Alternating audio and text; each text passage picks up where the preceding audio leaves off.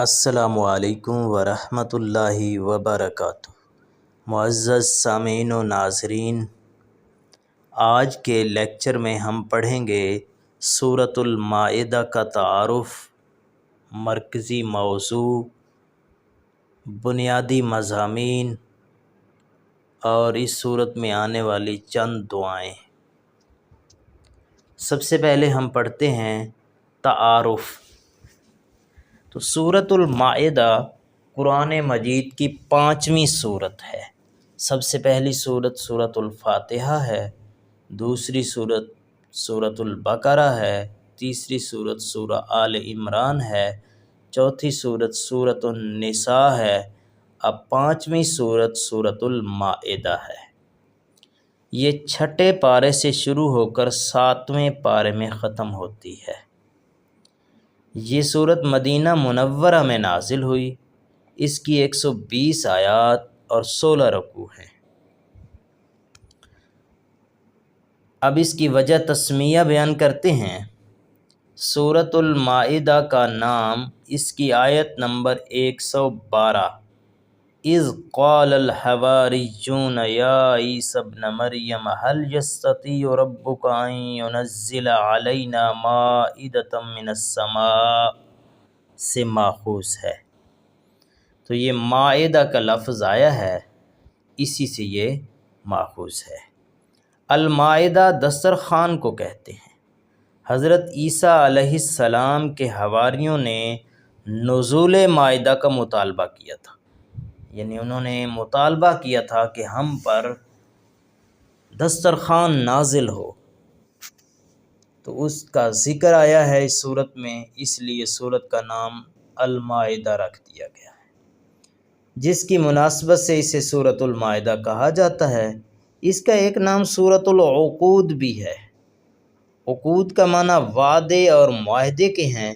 اس سورت کی پہلی آیت میں اہل ایمان کو اپنے عہد و پیمان پورے کرنے کی تاکید کی گئی ہے، اس لیے اسے سورۃ العقود بھی کہتے ہیں۔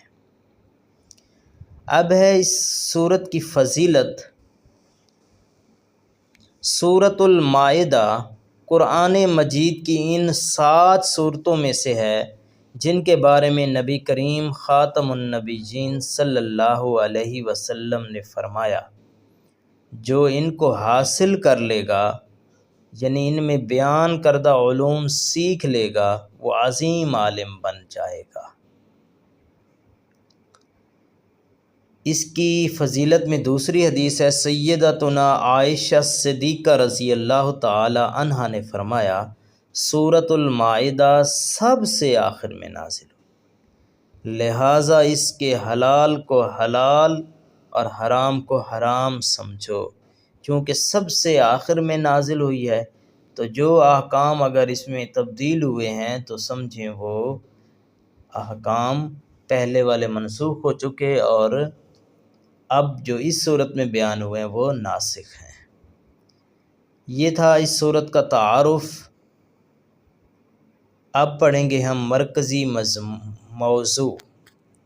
سورۃ المائدہ کا مرکزی موضوع یہود و نصارہ کے غلط عقائد کا بیان اور مسلمانوں کو نبی کریم صلی اللہ علیہ وسلم کی اطاعت اور شریعت اسلامیہ کے تمام احکام پر عمل کی ترغیب ہے۔ یعنی یہود و نصارہ کے غلط عقائد کا بیان ہے، اور ساتھ مسلمانوں کو نبی کریم صلی اللہ علیہ وسلم کی اطاعت اور شریعت اسلامیہ کے تمام احکام پر عمل کرنے کی ترغیب دی گئی ہے۔ اب اس سورت کے بنیادی مضامین ہیں۔ سورۃ المائدہ کے آغاز میں اللہ تعالیٰ نے اہل ایمان کو معاہدے پورے کرنے کی تاکید کی ہے اور حلال و حرام کے اصول و قواعد بیان فرمائے ہیں، یعنی وعدے کی پاسداری، ایفائے عہد، یہ اس کا ایک مضمون ہے۔ حلال و حرام کے اصول و قواعد، یہ اس کا ایک اور مضمون ہے۔ حالت احرام میں شکار کی حرمت بیان کی گئی ہے، یعنی حالت احرام میں شکار کے مسائل۔ اسی طرح حلال جانوروں کا ذکر کیا گیا ہے، مردار، خون، خنزیر کا گوشت، اور جس جانور پر ذبح کے وقت غیر اللہ کا نام پکارا جائے کو حرام قرار دیا گیا ہے۔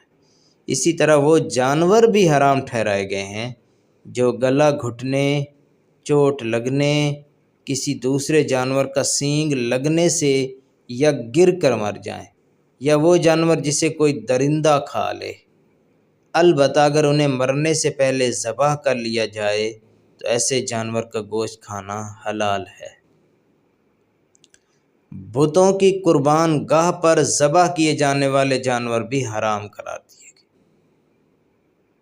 حلال و حرام کی تفصیلات ذکر کرنے کے بعد ایک بنیادی اصول یہ بیان کیا گیا ہے کہ وہ تمام پاکیزہ چیزیں حلال ہیں جن کو اسلامی شریعت نے حرام نہیں ٹھہرایا۔ یعنی کسی چیز کے حرام ہونے کے لیے تو دلیل کی ضرورت ہے، حلال ہونے کے لیے دلیل تلاش کرنے کی ضرورت نہیں ہے، کہ ہر چیز اپنی اصل کے اعتبار سے جائز و مباح ہے۔ سورۃ المائدہ میں اتمام نعمت اور تکمیل دین کا اعلان کیا گیا ہے۔ الیوم اکملت لکم دینکم واتممت علیکم نعمتی ورضیت لکم الاسلام دینا، یہ آیت اسی صورت میں واقع ہے۔ یعنی دین کے تمام ارکان، فرائض و سنن اور احکام و حدود بیان کر کے اس نعمت کو مکمل کر دیا گیا ہے۔ ایک یہودی نے حضرت عمر فاروق رضی اللہ تعالی عنہ سے کہا کہ آپ اپنی کتاب میں ایک ایسی آیت پڑھتے ہیں، اگر وہ آیت ہم یہودیوں کی کتاب میں نازل ہوئی ہوتی تو ہم اس کے نزول کے دن کو عید کا دن بنا لیتے۔ آپ رضی اللہ تعالی عنہ نے فرمایا، کون سی آیت؟ اس نے کہا، الیوم اکملت لکم دینکم واتممت علیکم نعمتی ورضیت لکم الاسلام دینا۔ یہ سن کر حضرت عمر فاروق رضی اللہ عنہ نے فرمایا، ہم اس دن اور جگہ کو جانتے ہیں جب یہ آیت رسول اللہ خاتم النبیین صلی اللہ علیہ وآلہ وصحبہ وسلم پر نازل ہوئی۔ یہ عرفہ کا دن تھا۔ یوم عرفہ مسلمانوں کے لیے ایک عظیم دن ہے۔ سورۃ المائدہ میں طہارت سے متعلق وضو، غسل اور تیمم کے احکام ذکر کیے گئے ہیں۔ اس صورت میں مسلمانوں کو تلقین کی گئی ہے کہ وہ ہر حال میں عدل و انصاف سے کام لیں اور کسی قوم کی دشمنی بھی انہیں ناانصافی پر آمادہ نہ کرے۔ اللہ تعالیٰ پر ایمان اور عمل صالح اختیار کرنے والوں کے لیے مغفرت اور اجر عظیم کا وعدہ فرمایا گیا۔ جن لوگوں نے کفر کیا اور آیات باری تعالیٰ کو جھٹلایا، ان کے لیے دوزخ کی وعید سنائی گئی ہے۔ اس صورت میں اللہ تعالیٰ نے بنی اسرائیل کے برے اعمال کا تذکرہ کیا ہے کہ انہوں نے اللہ تعالیٰ سے کیے ہوئے عہد کو توڑا، کتاب اللہ میں تحریف کی، اللہ تعالیٰ اور انبیاء کرام علیہم السلام کی نافرمانی کا ارتکاب کیا۔ ان برے اعمال کی وجہ سے اللہ تعالیٰ نے ان پر لعنت فرمائی اور ان کے دل سخت کر دیے۔ یہودیوں کے بعد مسیحیوں کے احوال کا تذکرہ ہے کہ انہوں نے بھی اللہ تعالیٰ سے کیے ہوئے عہد کو فراموش کیا، حضرت عیسیٰ علیہ السلام کو اللہ کا بیٹا قرار دیا۔ وہ خود کو اللہ تعالیٰ کے بیٹے اور محبوب قرار دیتے تھے۔ اللہ تعالیٰ نے مسلمانوں کو اس طرح کے اعمال سے بچنے اور دین میں غلو سے گریز کرنے کی تلقین فرمائی ہے۔ سامعین اور ناظرین، سورۃ المائدہ میں حضرت آدم علیہ السلام کے 2 بیٹوں کی قربانی کا قصہ مذکور ہے، جس میں تعلیم دی گئی ہے کہ اللہ تعالیٰ متقین کی قربانی قبول کرتا ہے۔ اس قصے کے تناظر میں یہ قانون بھی ذکر فرمایا گیا ہے کہ جس نے کسی ایک انسان کو ناحق قتل کیا، گویا اس نے ساری انسانیت کو قتل کیا، اور جس نے کسی ایک انسان کی جان بچائی، گویا اس نے ساری انسانیت کی جان بچائی۔ مزید برآں اس صورت مبارکہ میں قصاص کے احکام کا تذکرہ بھی کیا گیا ہے۔ اس صورت میں فساد فی الارض اور چوری کی سزا بھی بیان کی گئی ہے۔ فساد فی الارض کی سزا یہ ہے کہ اس کا ارتکاب کرنے والوں کو قتل کر دیا جائے، سولی چڑھا دیا جائے، ان کے ہاتھ پاؤں کاٹ دیے جائیں یا ان کو جلا وطن کر دیا جائے۔ چوری کی سزا بھی بیان ہوئی ہے، یہ ہے کہ چور کا ہاتھ کاٹ دیا جائے۔ اللہ تعالیٰ نے یہ سزائیں اس لیے مقرر کی ہیں کہ انسان ان سے عبرت حاصل کرے۔ معزز سامعین و ناظرین، تمام انبیاء کرام علیہم السلام کا دین ایک ہے، لیکن اپنے اپنے وقت کے اعتبار سے ہر امت کے لیے معاشرتی احکام مختلف رہے۔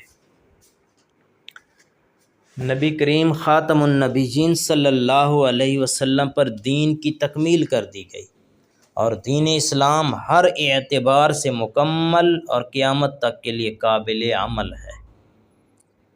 سورۃ المائدہ میں اللہ تعالیٰ نے چند حق پرست اہل کتاب کا تذکرہ کیا ہے کہ جب انہوں نے رسول اللہ خاتم النبیین صلی اللہ علیہ وآلہ وصحبہ وسلم پر نازل ہونے والی کتاب کی آیات کو سنا تو ان کے دل نرم ہو گئے، وہ گریہ و زاری کرنے لگے اور حق کی شہادت دیتے ہوئے ایمان لے آئے۔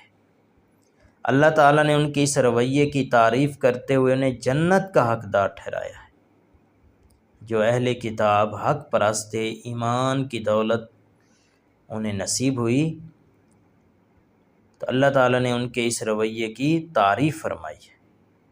جنہوں نے ایمان لانے سے انکار کیا انہیں جہنم کی وعید سنائی ہے۔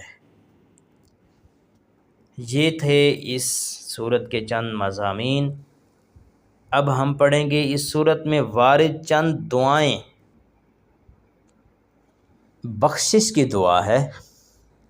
حضرت ابو ذر غفاری رضی اللہ تعالی عنہ سے روایت ہے، نبی کریم خاتم النبیین صلی اللہ علیہ وآلہ وصحبہ وسلم نے صبح تک ایک ہی آیت بار بار پڑھتے ہوئے قیام فرمایا۔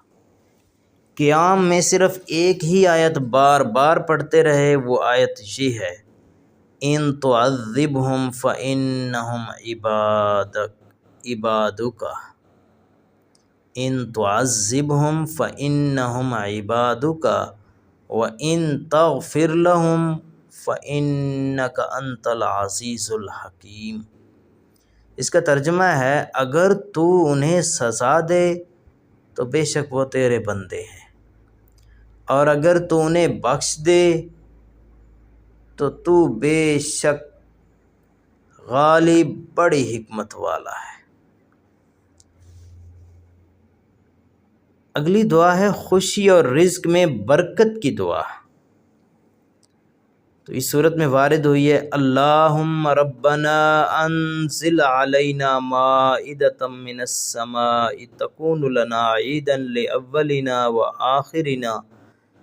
وآخرنا وآیۃ منک وارزقنا وانت خیر الرازقین۔